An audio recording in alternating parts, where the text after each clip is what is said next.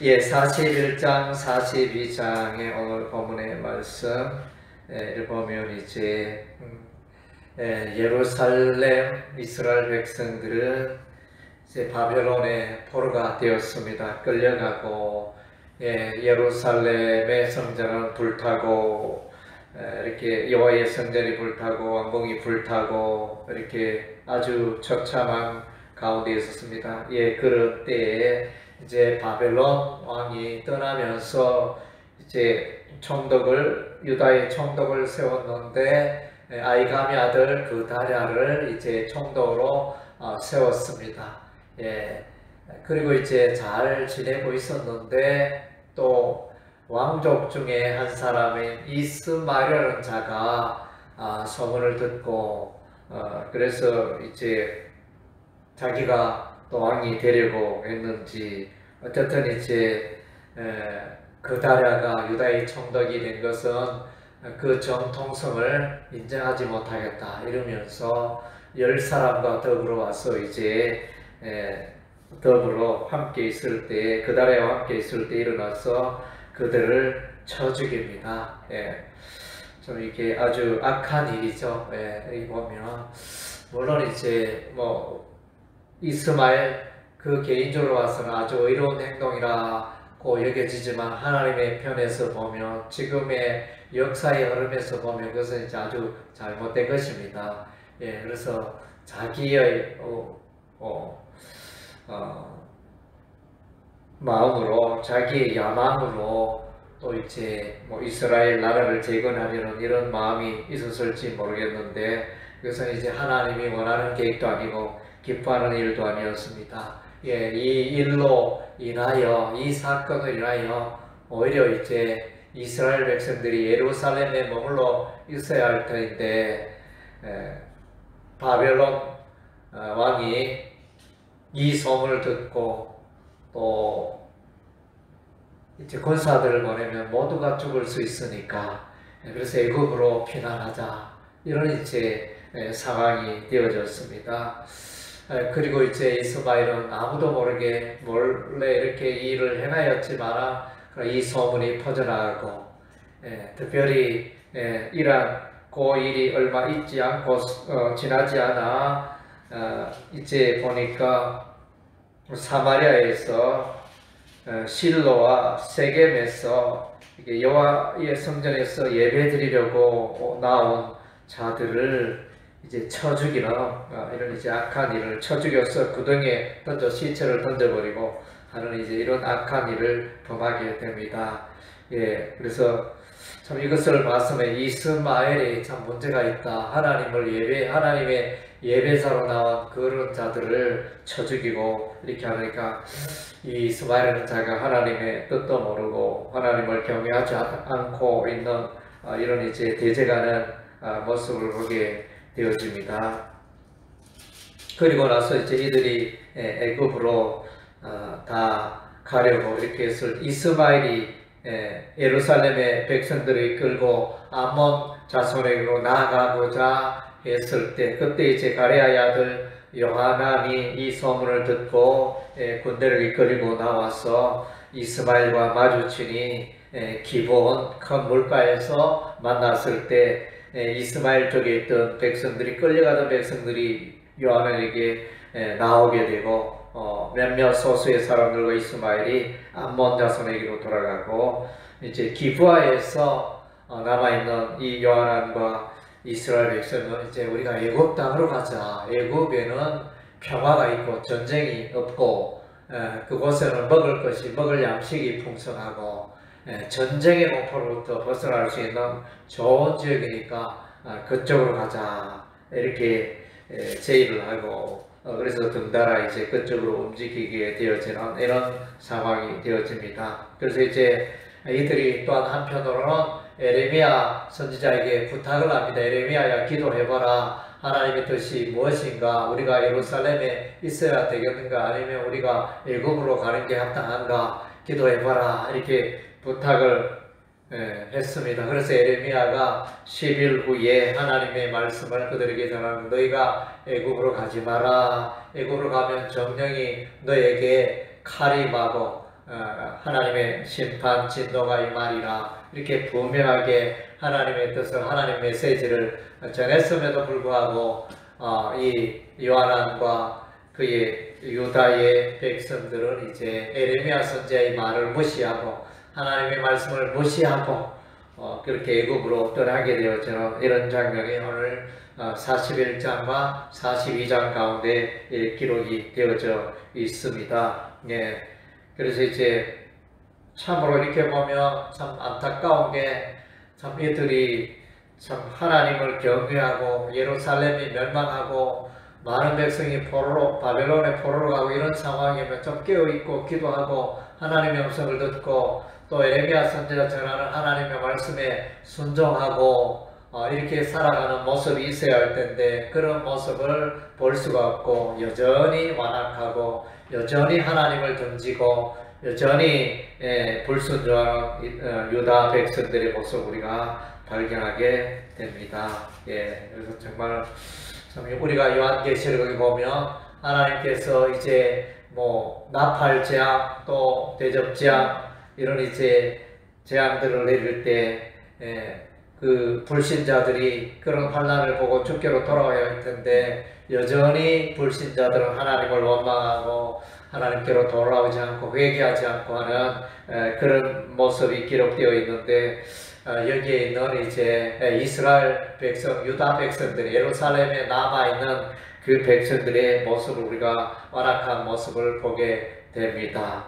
그래서 이제 우리 하나님이 벌써 말씀하셨죠. 예, 그래서 이사야 24장 1절과 2절에 보면 이제 하나님께서 에레미야 선지자에게 환상을 보여주십니다.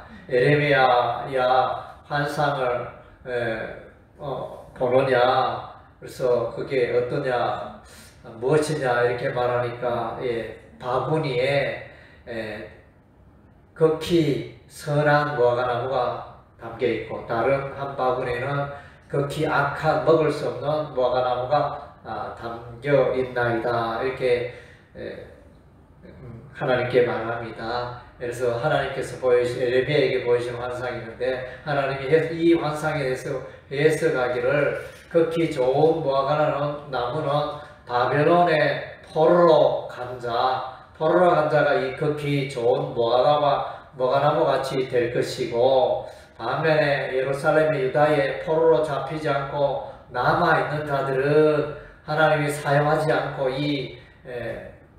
먹을 수 없는 썩은 무화과나무 같은 이제 악한 무화과나무를 의미한다. 그래서 오늘 우리가 이제 41장과 42장에 이 예루살렘의 유다의 남은 백성들을 보니까 여전히 완악하고 하나님을 던지고 하나님의 음성에 에레미야 선지자가 그렇게 하나님의 말씀이다 이렇게 분명히 말했는데도 불구하고 이들은 불순종하고 외면하고 애굽으로 향하게 됩니다. 이들이 분명히 에레미야에게 처음에 부탁할 때는 에레미야야 우리가 하여튼 하나님의 말씀이 우리가 순종하겠다 이러면서 뭐 다짐 내지는 이렇게 맹세를 했지만 하나님의 말씀이 임했을 때 그들에게 뭐 불리하다고 생각을 했는지 예를 들면 예루살렘에 남아있으면 우리가 다 죽기 때문에 애굽에 가는 게 맞다 이러면서 그것은 이제 인간적이고 인본주의적인 논리가 되어지죠. 하나님의 말씀편이 아니고 늘 이제 신앙생활을 보면 인본주의와 신본주의로 갈리게 되어집니다. 오늘 보니까 유다에 남아있는 이 백성들은 신본주의 하나님 중심의 하나님의 뜻을 묻고 순종하는 그 일에 들여지기보다는 여전히 악하고 완악하고 자기 생각대로 인생을 살아가는 그런 자들임을 우리가 보게 됩니다. 예, 참 로마서 9장에 보면 이제 우리 하나님께서 구원에 관하여 말씀하시면서 하나님께서 택한 자와 하나님께서 택하지 아니한 자, 즉 유기된 자, 택자와 유기된 자에 대해서 설명하십니다. 그래서 이제 우리 하나님이 만세전에 창세전부터 구원하기로 예비하신 그 영혼들은 그 백성들은 구원에 이르지만 하나님께서 이렇게 택하지 않은 그 백성들은 마침내 버림받게 되는 그런 내용들이 나오는데 오늘 이제 이와 같이 유다의 남아있는 자들은 그런 이제 하나님께 버림받은 그런 이제 모습을 보게 되어집니다. 그래서 이들은 이제 하나님의 말씀을 던지고 그들의 생각과 그들의 합리적인 이성을 가지고 우리가 예루살렘에 있는 거야. 우리가 이스마엘이 유다의 총독 그다라를 죽였기 때문에 더불어 갈대아 군사들을 죽였기 때문에 반드시 보복이 있을 것이다. 너무나 이게 명약 관한 일이다. 이렇게 판단을 하고 그들은 이제 애굽으로 가게 됩니다. 그러나 이제 우리 하나님께서 너희가 애굽으로 가면 너희에게 칼이 임하니라 이렇게 분명히 말씀하셨습니다. 나중에 이제 그렇게 임하여 바벨론 군대가 애굽까지 진격을 하여 피해를 입히고 멸망시키고 하는 이제 그런 역사가 기록이 되어집니다. 그들은 이제 가장 안전한 곳으로 택하여 갔지만 그것은 하나님이 원하는 뜻이 아니고 하나님의 방법이 아니었기 때문에 그래서 인간의 지혜로 나아갔는데 마침내 그들의 안전은 일시적이고 그들의 안전은 이제 뜬구름과 같고 참 안전히 그들의 삶 가운데 따르지 못하는 것을 보게 되어집니다. 좀 불리하게 보이고 좀 이렇게 내 마음에 내 생각에 맞지 않을지라도 하나님의 뜻과 하나님의 의도와 계획 가운데 들여나갈 때 우리 하나님께서 반드시 합력하여 선을 이룰 줄로 믿습니다.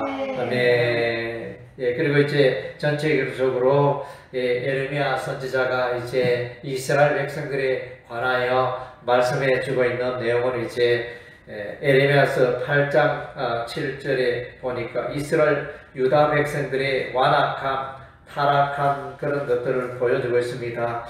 예레미야 8장 7절에 공중의 학은 그 정한 시기를 알고 산비둘과 제비와 두루미는 그들이 올 때를 지키기를 내 백성은 여호와의 규례를 알지 못하도다. 그래서 이스라엘 백성들이 철저하게 하나님의 말씀을 던지고 버리고 우상 숭배하며 그렇게 살아갑니다. 이 가나안 땅이 어떤 땅입니까? 그래서 그야말로 여호와의 성전을 솔로몬 시대에 건축하여 여호와 하나님만을 예배하면서 살아온 그 거룩한 땅인데 또 이제 그들이 가나안 땅에 들어왔을 때 여호수아와 그의 백성들이 그리심 산과 에발산에서 율법의 말씀을 낭독하고 율법의 말씀에 불순종하는 자는 저주를 받을지어다. 율법의 말씀에 순종하는 자는 복을 받을 수 이런 이제 언약 맹세를 했습니다. 그래서 이제 그럼에도 불구하고 이제 타락한 여호와의 율법을 던지고 살아가는 마침내 멸망당하는 이 완악한 이스라엘 백성들의 모습을 보게 되어집니다. 9장 26절에도 보면 이스라엘 백성들이 뭐 그때도 제사라든가 예배라든가 형식적인 그런 것들은 있었겠죠. 그러나 이제 마음의 할례를 받아야 한다. 마음의 할례 하면 이제 로마서 또 2장에 나오는 그런 내용이 되어집니다. 영적 할례, 마음의 할례, 그리스도의 할례. 그래서 성령으로 거듭나는 이런 역사가 있어야 되는데 여기 보면 이제 육신의 할례, 육신의 할례만으로는 그것은 합당한 하나님의 백성의 조건이 되지 못한다.